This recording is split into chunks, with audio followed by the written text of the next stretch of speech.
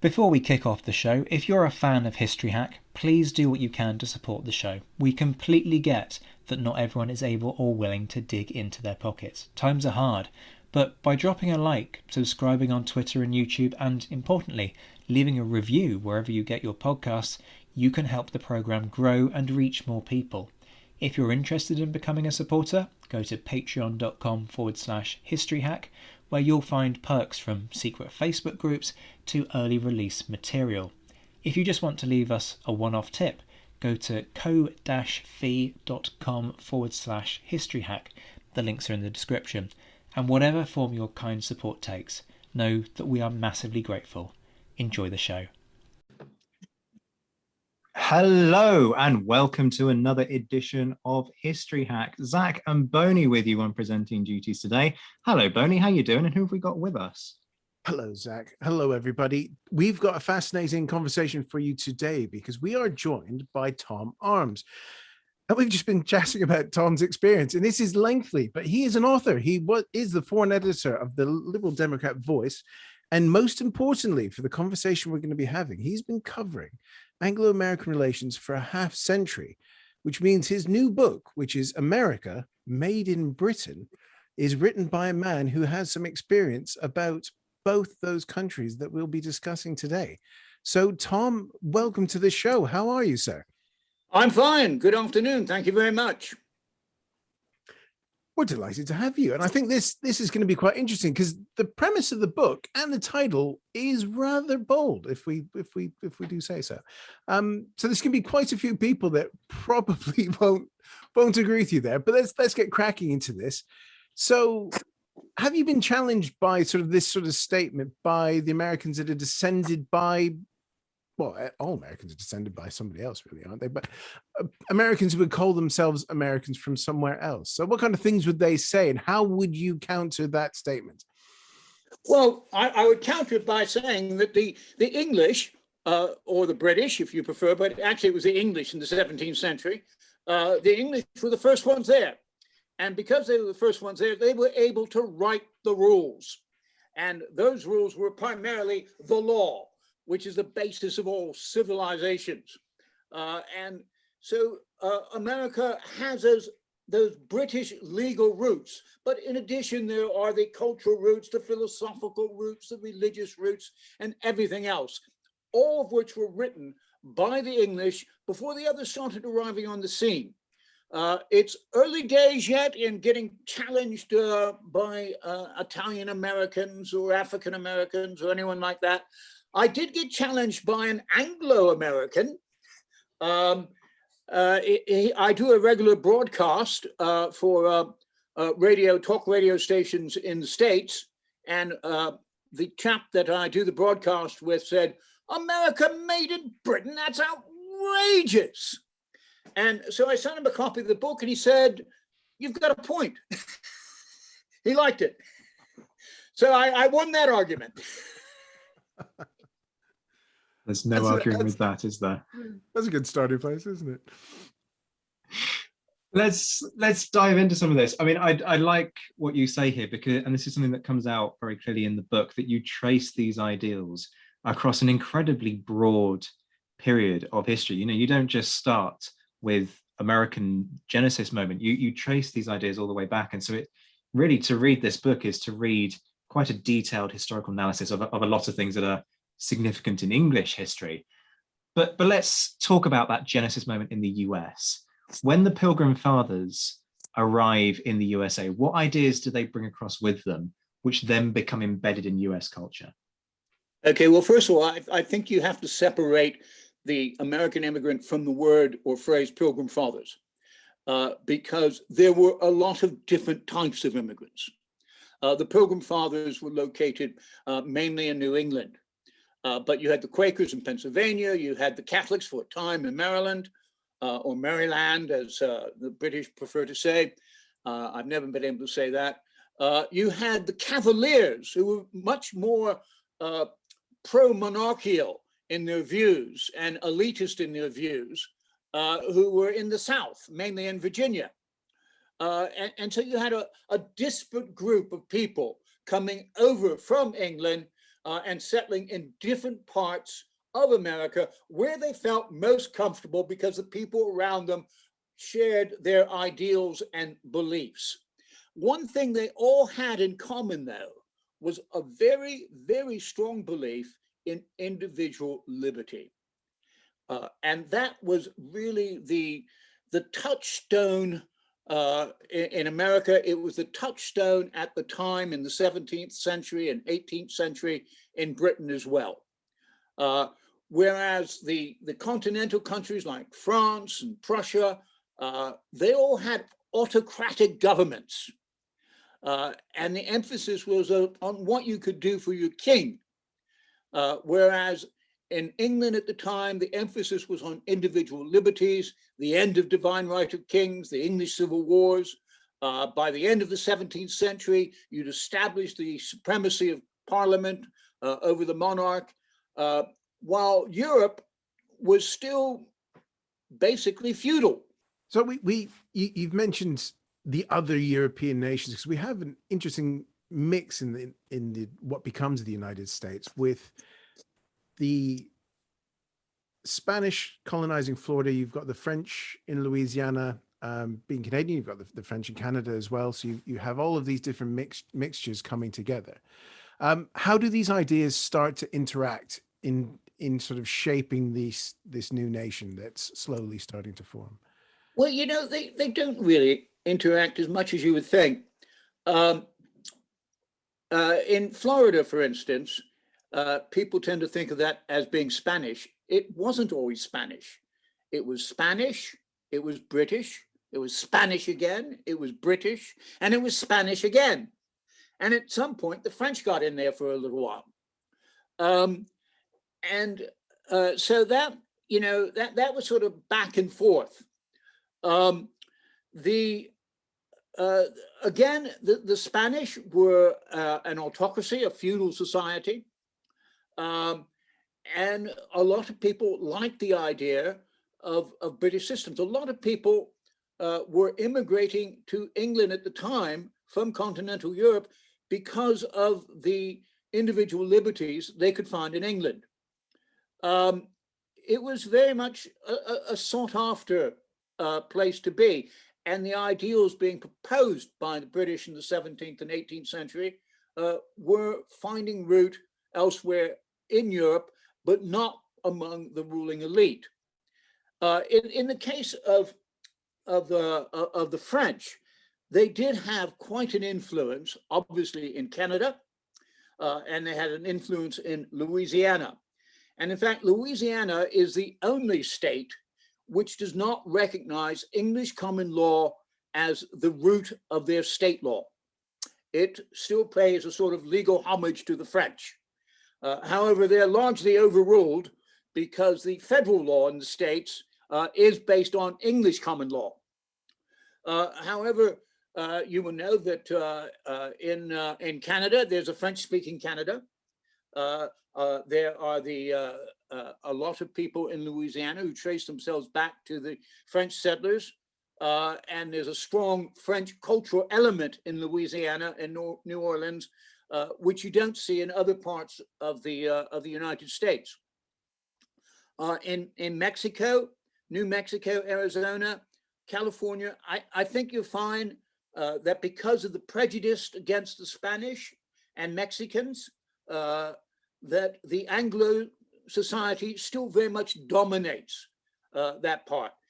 And it's just, as I said before, the English set the rules, and they put those rules down in writing, which is very important. So they set the rules which were determined at the end of the 18th century. And they said, these are the rules, and these are going to be the rules forever. This is our Constitution. And that became the framework, the political, the social, and the legal framework for the United States.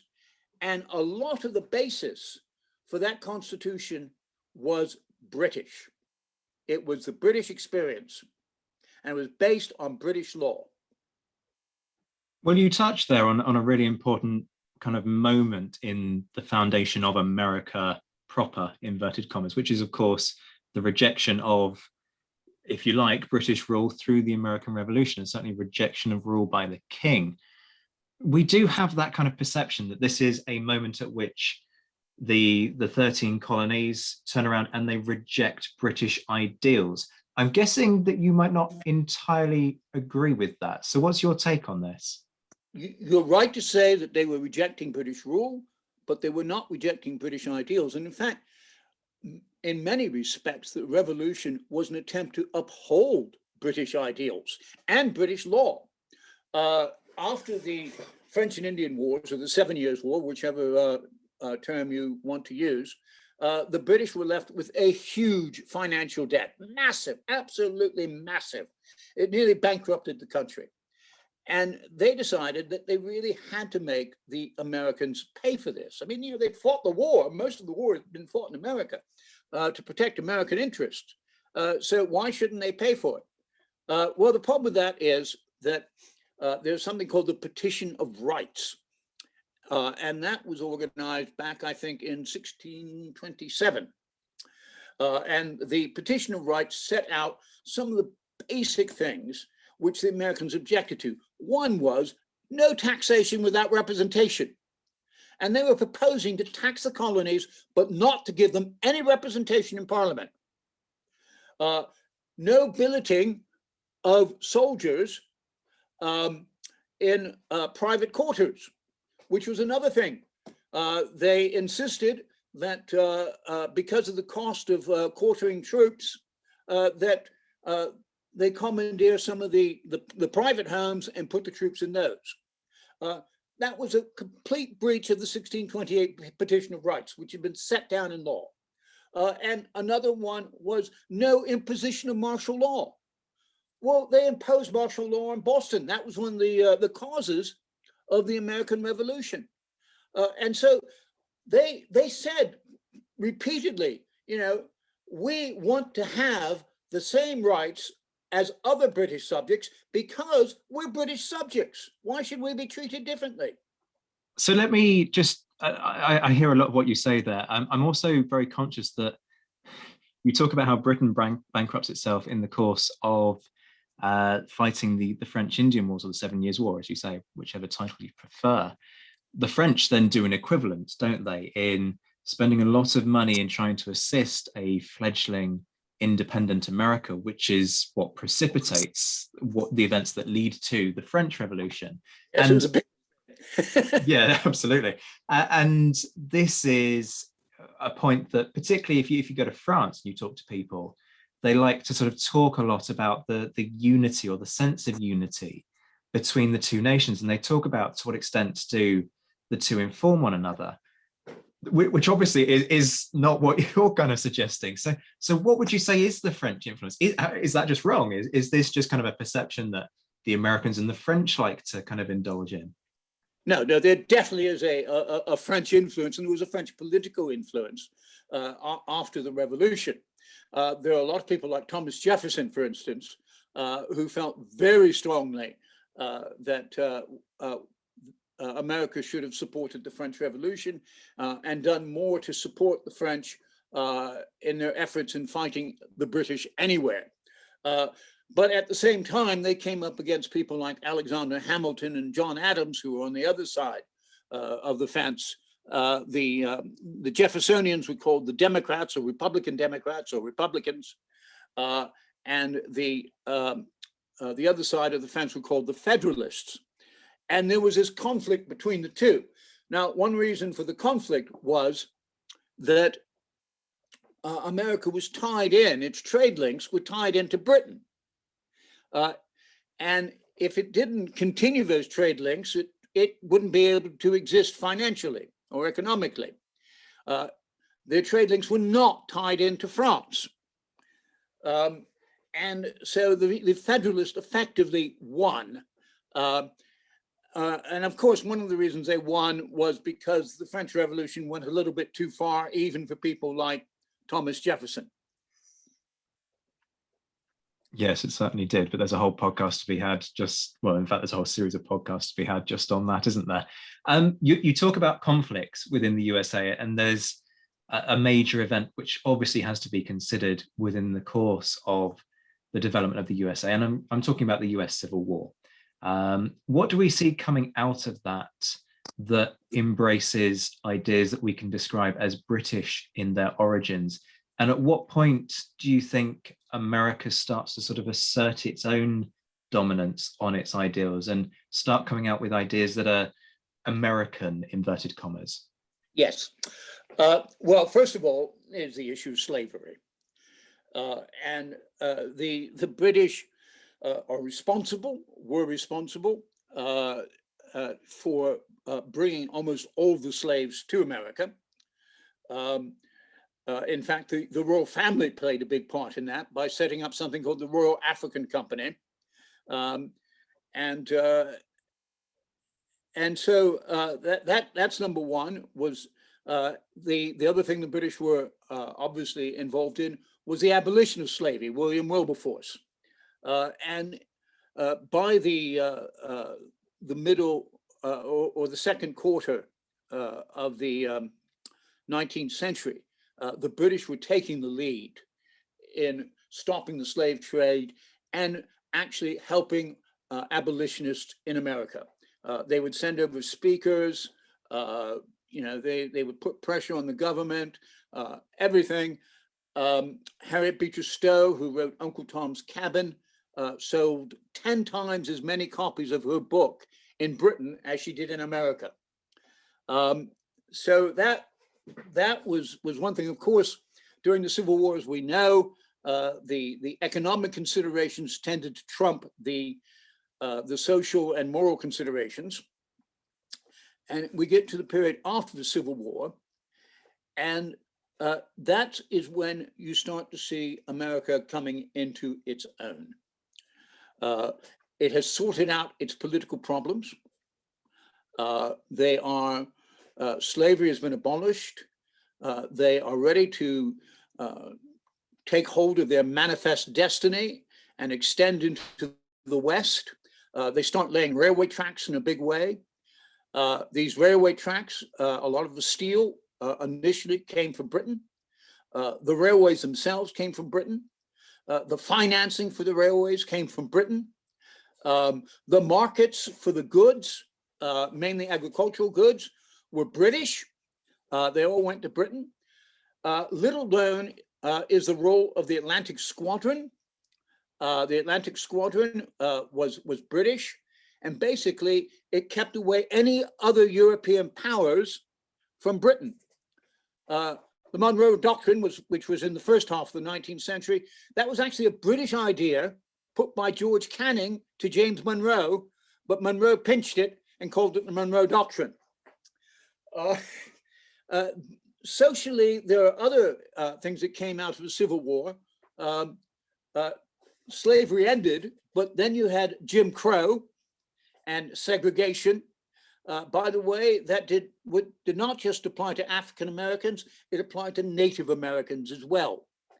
But by 1870, 1880, America was following the British lead in industrializing apace, at breakneck speed. And by the end of the 19th century, they had either overtaken or on the verge of overtaking, using British technology, using British capital, using British know-how. They were on the verge of overtaking the UK. And because they had a much larger market, domestic market, and it was easier to reach, you didn't have the same transport problems, they just took off like Topsy. Is that a stated aim over the course of the 19th century? Are they sort of looking to Britain, looking at British success? Because, there's no denying that Britain commercially is a huge success in the wake of the Napoleonic Wars into the 19th century by virtue of its ability to dominate the seas and expand its empire.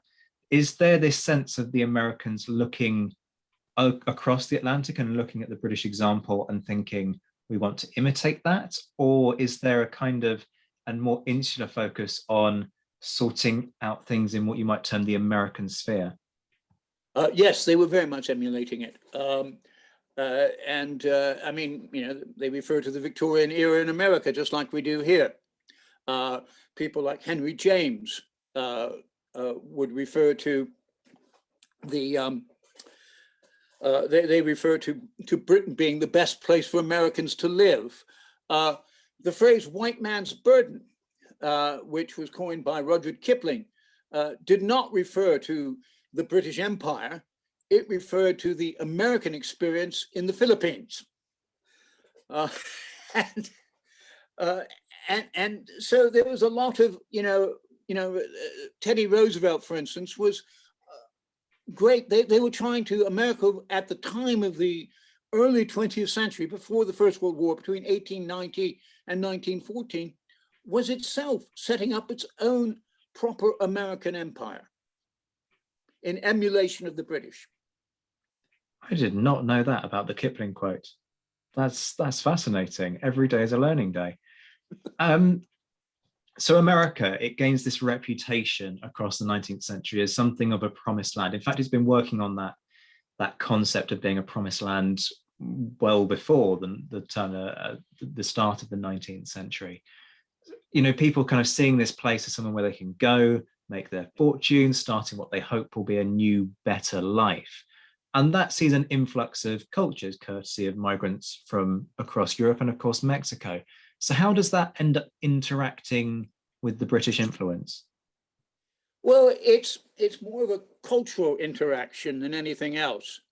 So, you'll get actors and a lot of people which will be drawn from what you might call the ethnic communities. There are some political repercussions. The Irish immigrants, for instance, are still, if you like, a political problem in the United States and have a big influence on policies there.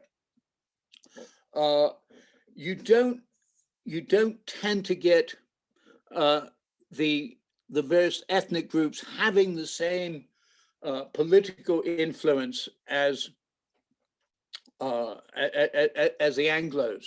The Anglo influence or the British influence is more subtle. And again, it goes back to the fact that they wrote the rules and those rules are still in force. And they can't be easily changed because it's a written constitution. And in fact, since the Constitution was written, including the 10 amendments in the Bill of Rights, there have only been 27 amendments in 230 years to the US Constitution. Is that because of a lack of desire to change, or is it the complexity of changing them, or is there kind of an acceptance that actually, this law, it works? Is there even an acknowledgement that this is sort of British in its origins? No, I don't think there is an acknowledgement of that, and that's one of the reasons I read the book. But it's basically down to the complexity. I studied history in America, and when I came over here, and I realized that there was history before 1607, which was a real shock. It just struck me that Americans tend to think that the United States somehow or another rose like Venus from the waves out of the ether and fully formed in 1776 or 1607, which of course was not the case. All of us, every single country, every single person is a result of our historical past. And, a past before 1607, before 1776. And we can never, any of us, escape that. We have to consider World War II within all of this as well. The relationship between Churchill and Roosevelt is famously a very strong one, and Britain becomes, let's face it, utterly reliant on American money and industry to assist it through the Second World War. Had it not been for American production, things like the Battle of Britain could have turned out actually very differently. So how does World War II affect the interaction between the two cultures? Well, let's start with first of all saying that we're touching on the phrase "the special relationship," which really came out of World War II, and the relationship between Roosevelt and Churchill. And I'd just like to make the point that I don't think there could have been a political and military special relationship if you hadn't had the relationship going back really to medieval times in Britain before it. That was the seed that allowed the special relationship to flower in World War II. My last chapter is entitled Role Reversal. And that's exactly what it was, up until World War II, well, certainly up to World War I, Britain was very much the senior partner. America was vying for senior partnership or sort of joint partnership for a period after World War I, but it went through isolationism and the Depression, which sort of held it back. And then comes World War II, and you're right, Britain was fully dependent, needed America entirely, could not have won the war. Or maybe it could have won the war, but it would take it another 5 years or something. And the roles were simply reversed. It was not always a happy relationship. The Americans insisted on payment of the debt as quickly as possible. They looked for every penny that they could squeeze out of Britain. In World War I and World War II, 50% of British GDP was spent on the war effort. 50%. And that all had to be repaid. They had not finished repaying the debts from World War I to America when World War II started. In fact, they suspended those debts, I think, in 1933, and then they had to be tacked on to the World War II debts.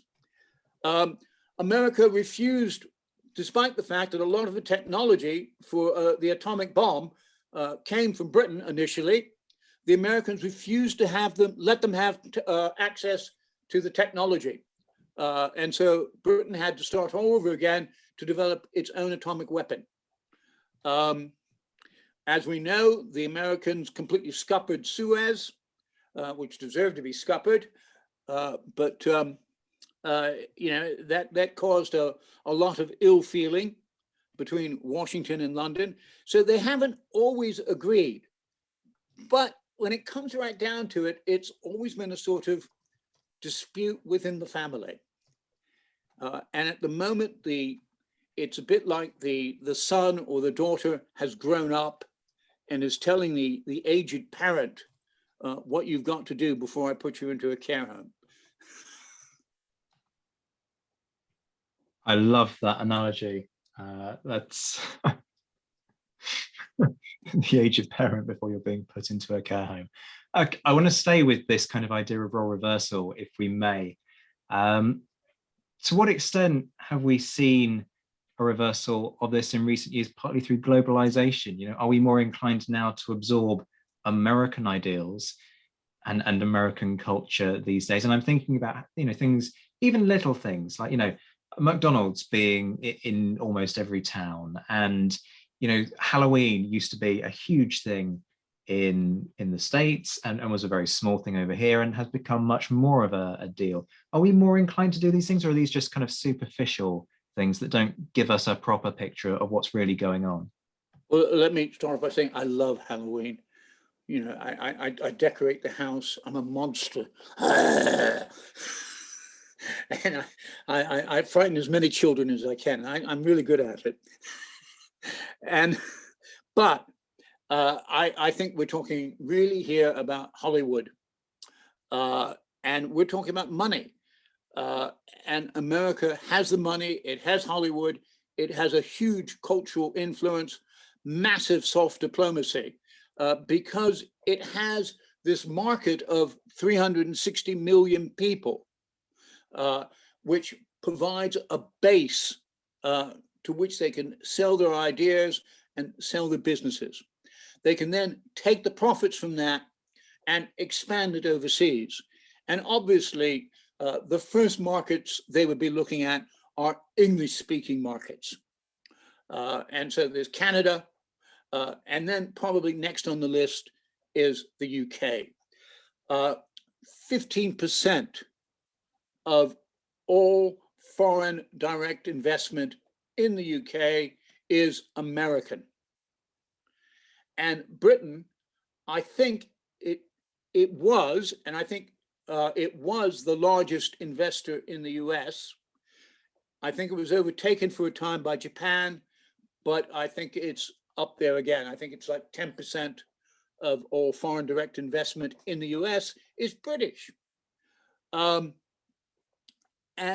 you know, that foreign direct investment, they will be investing in things like American companies that will operate here. I mean, Ford Motors, for instance, we tend to think of, the British tend to think of that as a American Ford or British Fords. But they started, they were the first, Britain was the first country after America where Henry Ford sold his and built his cars. And Singer sewing machines, Hoovers, you know, all these things were started in America. They built up a base in America. And the first thing they did was move operations to Britain. So I almost have visions of people kind of asking, yes, but does that mean that everything in Britain then became made in America? Does that turn the whole thing on its head? But this is the kind of the messy thing about globalization, isn't it? That everything's interconnected with everything. Yeah, I'm actually a fan of globalization, although I can see the problems. I mean, globalization does a lot of things, one of which is it keeps down consumer prices. And as a consumer, I like my prices to be as low as possible. The other thing I think that globalization does is it reduces international tensions. I mean, you don't want to go to war with somebody who is, you know, building your computers because you need those computers. You don't want to go to war with someone who's building your microchips because you need the microchips to run your computers. So that's why I like globalization. It sounds like a pretty sound argument to me. If it makes war less likely, then hey, let's go with it. Perhaps we finally found something towards a solution there, but you know, time will tell. I want to also pick up on something that you talked about earlier, which was the special relationship between Britain and the USA. As you said, you know, that case has been made very strongly in relation to the Second World War. But as we wrap this up, do you think that that is still true today? Yes, I do, because I don't think it's special. I think it's indivisible, indissoluble. You know, it is a fact of it's a fact of historical life. As I said before, we can't get away from our history, and America's history is rooted in Britain. That's a pretty emphatic statement. That's brilliant. Thank you. I guess I just have one last question, which is, what do you hope will change off the back of this book? Because this, as we said at the start, this is a bold statement. You know, this is a thesis that an idea that you've outlined very clearly for us. What do you hope people will go away thinking kind of differently off the back of this book? Well, I'm rather hoping that people will read the book and they will come to that same conclusion which I just outlined, that no country is entirely unique, that there is no such thing as American exceptionalism. It's a myth. There's no such thing as British exceptionalism. We owe a lot to people like Voltaire and Rousseau and the Romans and the Greeks and so forth. We're all products of our past. And I think that we should all look at not just British history or not just American history, but the entire flow of history and how it affects us in a particular country. Tom, this has been absolutely fascinating. Thank you so much for joining us. Your book, America Made in Britain, hopefully the title will be seared on people's memories after listening to this. It's out now. I've had the chance to read it. It's a really thought-provoking read. Folks can get hold of it via the History Hack bookstore. The links will be in the description, folks. Just follow the relevant things. And in fact, although you can't see this, Tom has just shown me, it's got a great kind of picture of the American flag on the front cover, with America made in Britain blazoned on the front. But Tom, thank you so much for your time. This has been great. Thank you very much. I've enjoyed it immensely. Hello folks, Zach again here. As you know, we love bringing you these podcasts, but each episode has a huge investment of time behind it. For every hour of showtime, there's often a good 4, 5 or 6 hours of work that's going in behind the scenes. We want to bring you more content, video content even, but as reality has hit and the need to earn a living has returned, we just haven't been able to do that. That's where you come in. Your support doesn't need to be financial. You can follow us on Twitter at @hack_history. Find us on Facebook and Instagram. Subscribe on YouTube. Even simple likes, shares and retweets make a huge difference in widening our reach beyond the small army of you who tune in. And if you love the show, leave a review. If all our listeners were able to find the 2 minutes to do that, it would massively increase our reach. Of course, we totally get that times are hard and money is tight. If you can spare something and want to, there are different ways that you can help. If you want to become a regular supporter, check out patreon.com/historyhack. There are all kinds of perks across different levels of support, with prices starting at £3 a month. If you just want to send us a one-off tip, then visit ko-fi.com/historyhack. The links are in the description to this episode. But importantly, also have a think about supporting our listeners. The hour they spend with us is a minuscule fraction of the time that they spend researching and writing their books. With that in mind, we set up the History Hack bookstore, where you can support both them and us instead of funding Jeff Bezos' next trip into space, which is what pretty much happens when you buy via Amazon. Again, the link is in the description, and we have a huge back catalogue of titles written by our guests. When you buy via uk.bookshop.org/shop/historyhack, we get a percentage, and so do independent booksellers. Whatever form your support takes, we massively appreciate it. So from Alex, Boney and me, and the rest of your Down the Pub regulars, thank you, and have a great day.